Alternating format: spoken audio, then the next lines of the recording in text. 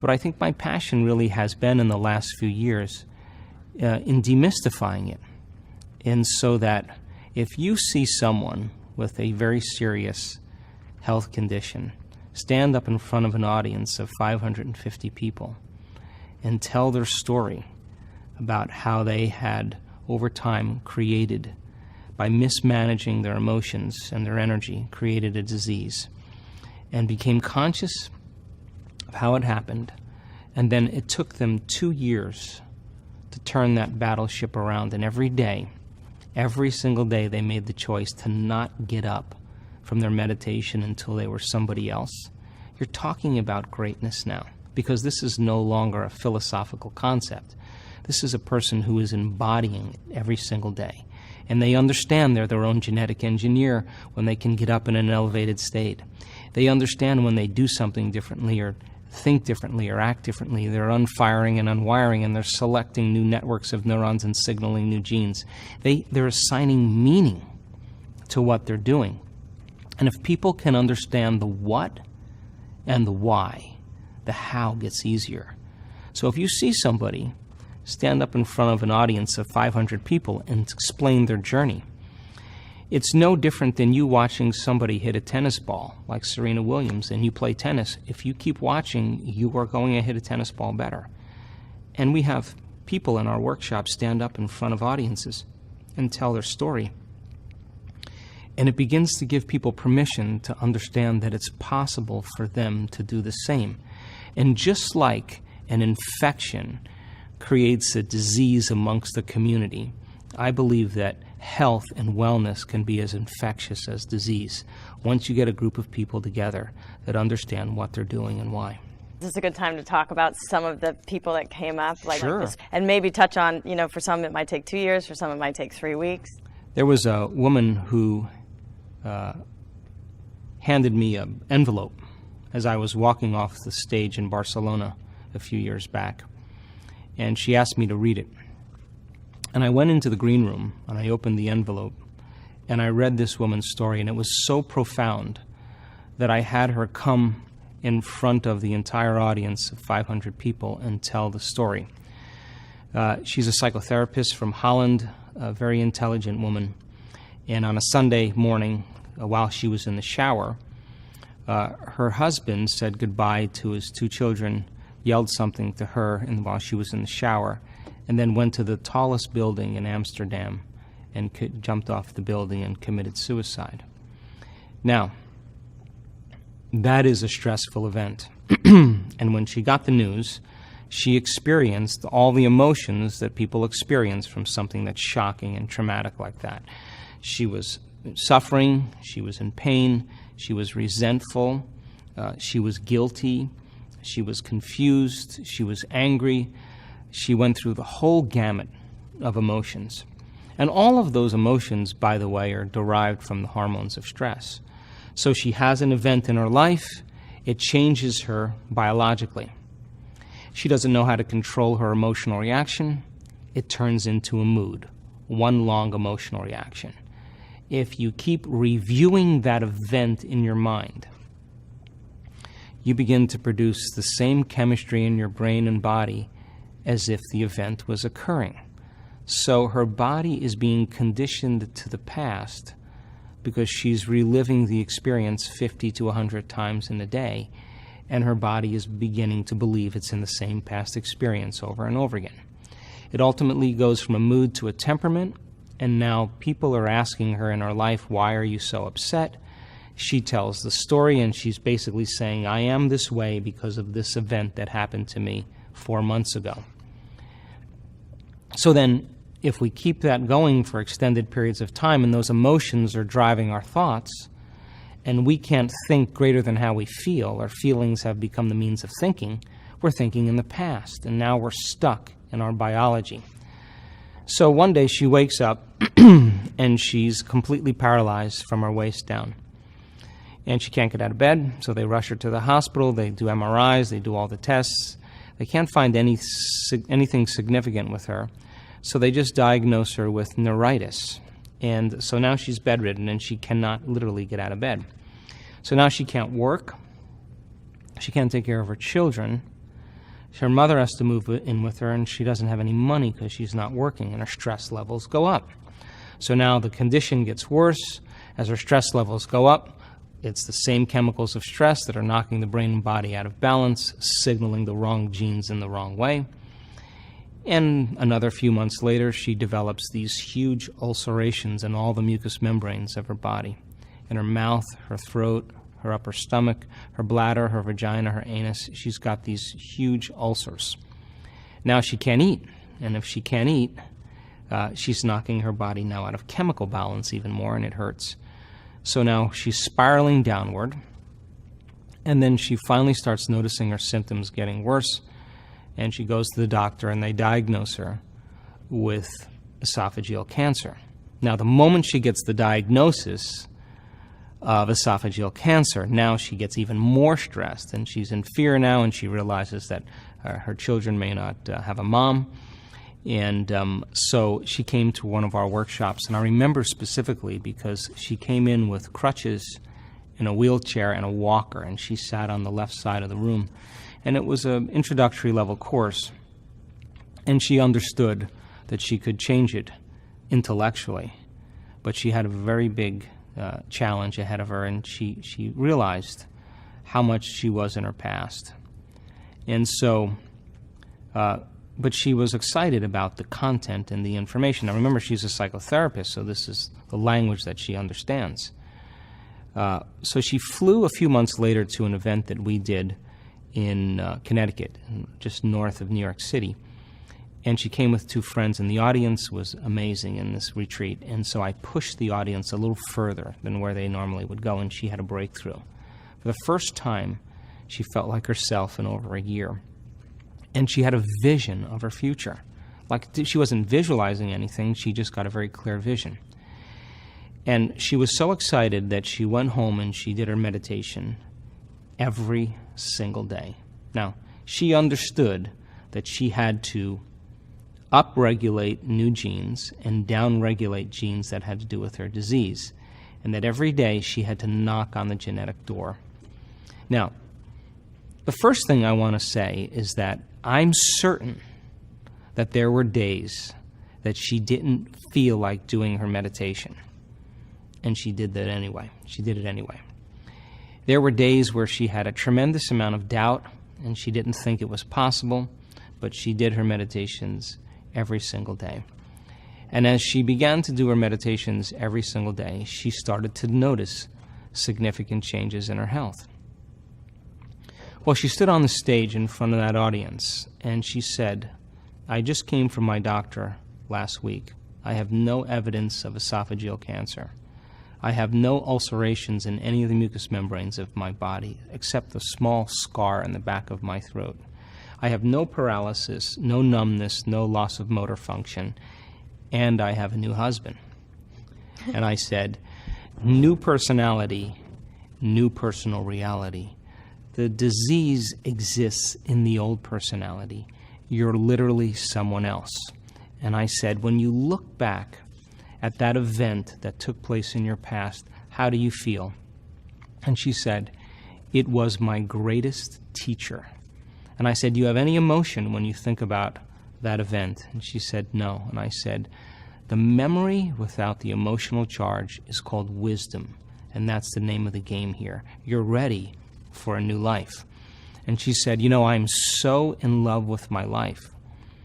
But she made the choice to not get up from her meditations until she was in love with life. Now, to the materialist, to the person who's defining reality with their senses, they would say she has no reason to be in love with life. She lost her husband to suicide, she lost her job, she can't take care of her kids, she's paralyzed, she has cancer, she has all these different conditions. But she made the choice then that every single day she was going to condition her body into the future instead of into the past. And she stood in front of that audience and she said, "I am so in love with life." And I said, "Of course you are. You created your life from the place called being in love with life." So, because of her and the choices that she made to overcome herself and not be defined by the past, and working on it every single day, every single day she overcame some aspect of herself, a little bit more. Surrendered an aspect of her limited self to create a greater self, to remove the masks and the emotions and the facade that block the flow of the intelligence within us. When every day she was making contact with that power within her, sooner or later it began to get the right instructions, and she went from being a very sick person to a very healthy person. So that person to me is a light to the world. To me, she's closer to the truth than any scholar, any academic. She lived it. And other people, as a result of it, with ovarian cancers and other conditions, have heard her story, and they've given them the strength, to do the same in their lives. So, you touched on there was days that she didn't feel like it. There was days, but she did it. So how do you fight through the pain? This is a great question because, again, we can talk about the philosophy of all of this, but when you're sick, the most difficult part about being sick is being able to think greater than how you feel. And if you can't think greater than how you feel, then your body is dictating your life. Now, there's nothing wrong with this, but let's just say that a person has mismanaged their energy and mismanaged their emotions and mismanaged their lifestyle for the last 10 years. And ultimately, they develop some type of condition. Well, it was the continuous imbalance that was knocking on the genetic door that finally programmed the gene into sickness.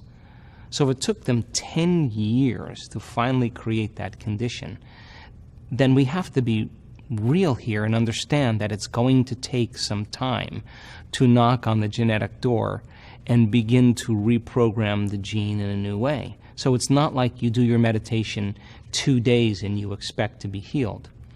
That it's a process and it's a skill, and it requires repetition, and it requires understanding, and requires regrouping and relearning, and requires filling your brain with knowledge, and it requires staying consistent with it to begin to see some effects. And it's just like catching a fish.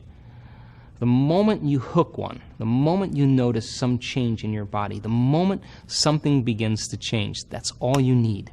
Because once you get that feeling, that sensation, you're going to correlate what you're doing inside of you with the effect that you produce outside of you. And you're going to start doing it with more passion and more sincerity and more absolute certainty.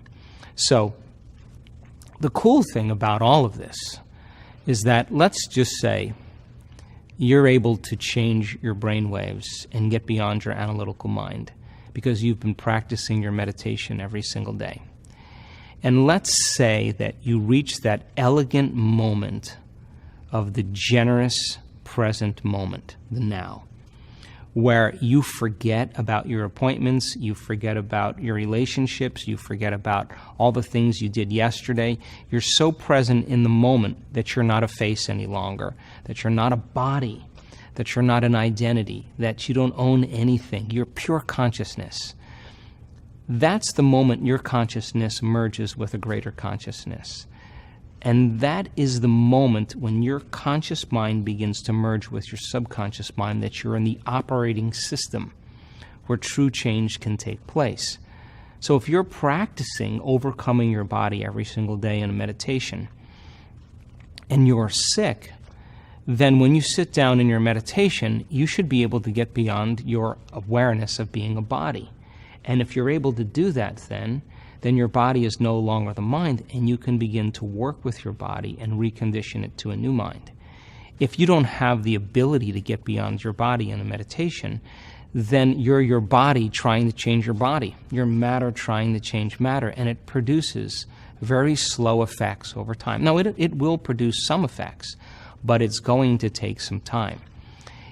So then if you're practicing your ability to regulate and change your brainwaves and get beyond your body, get beyond your identity, get beyond space and time.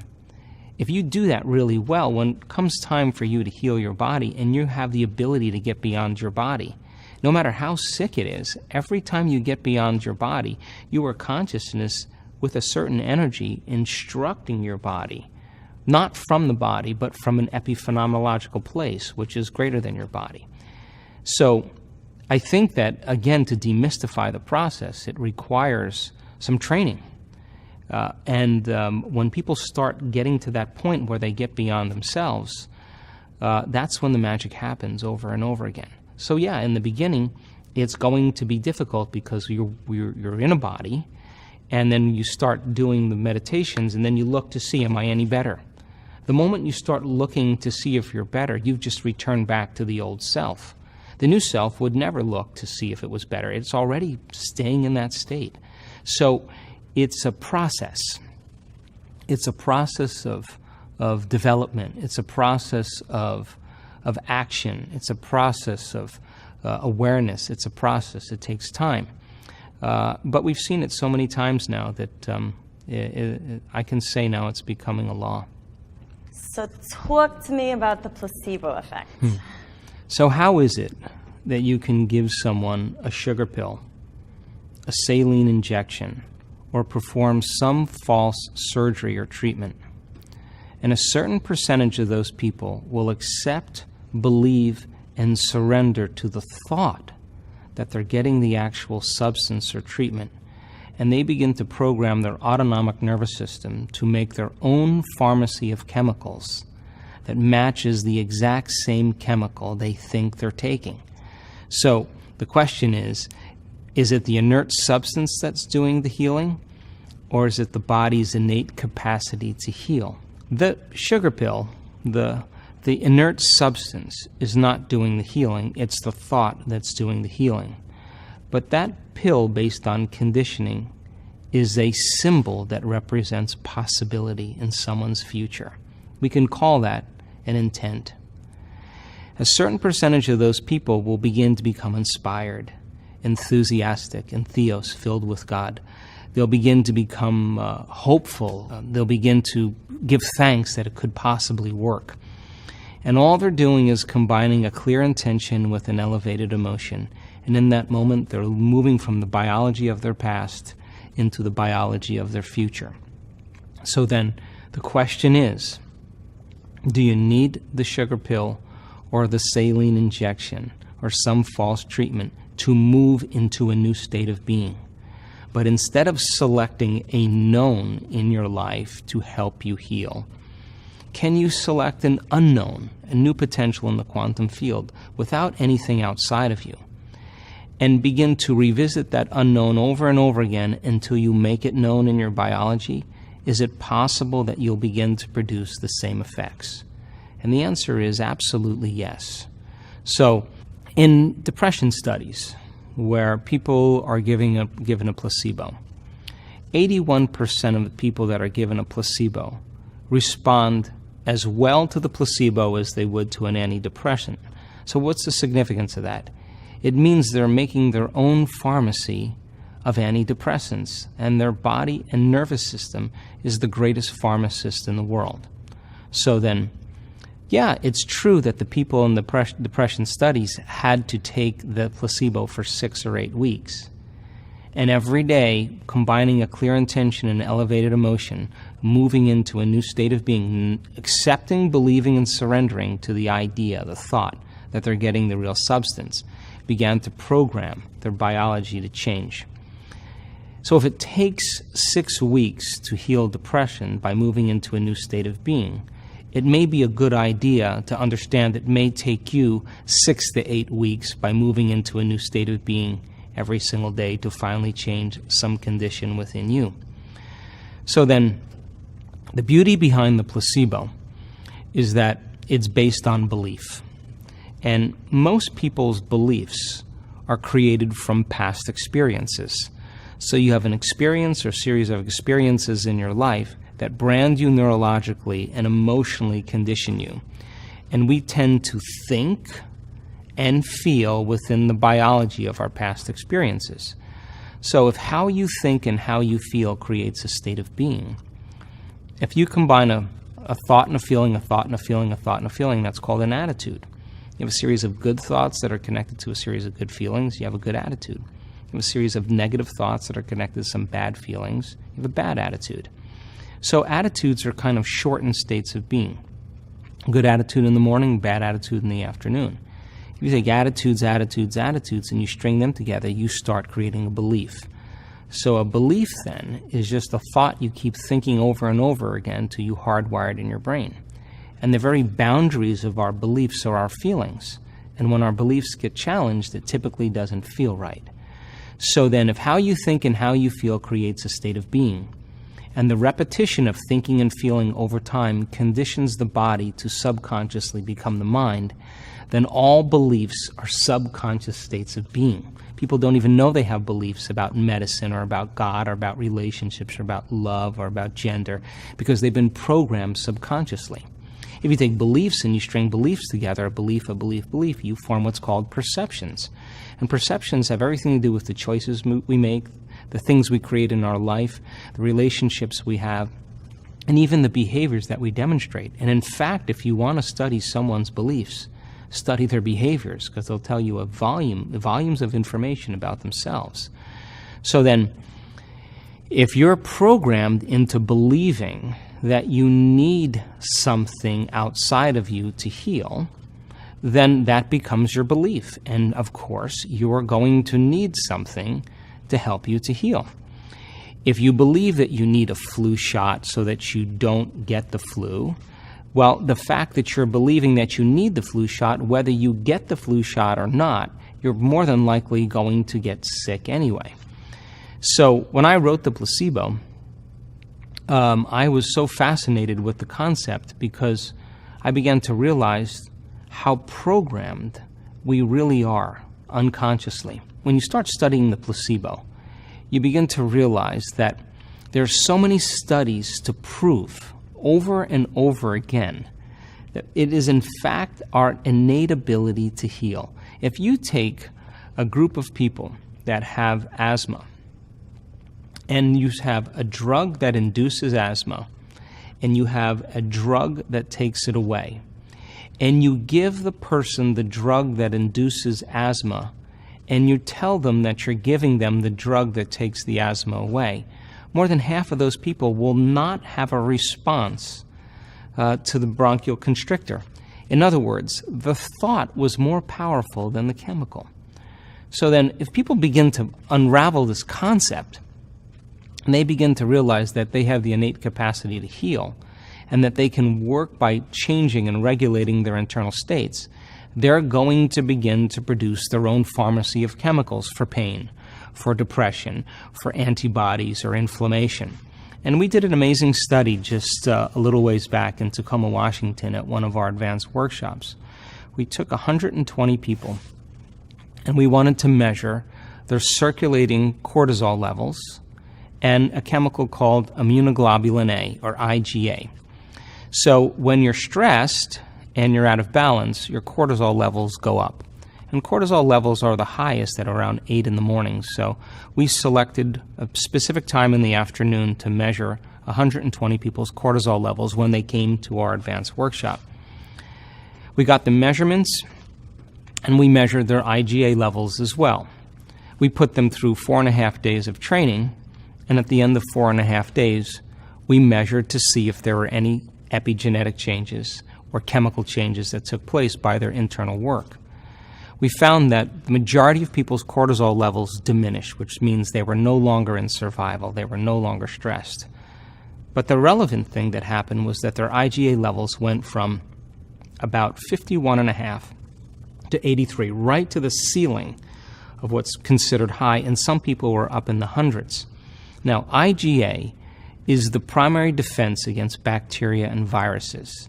It's greater than any flu shot. And when you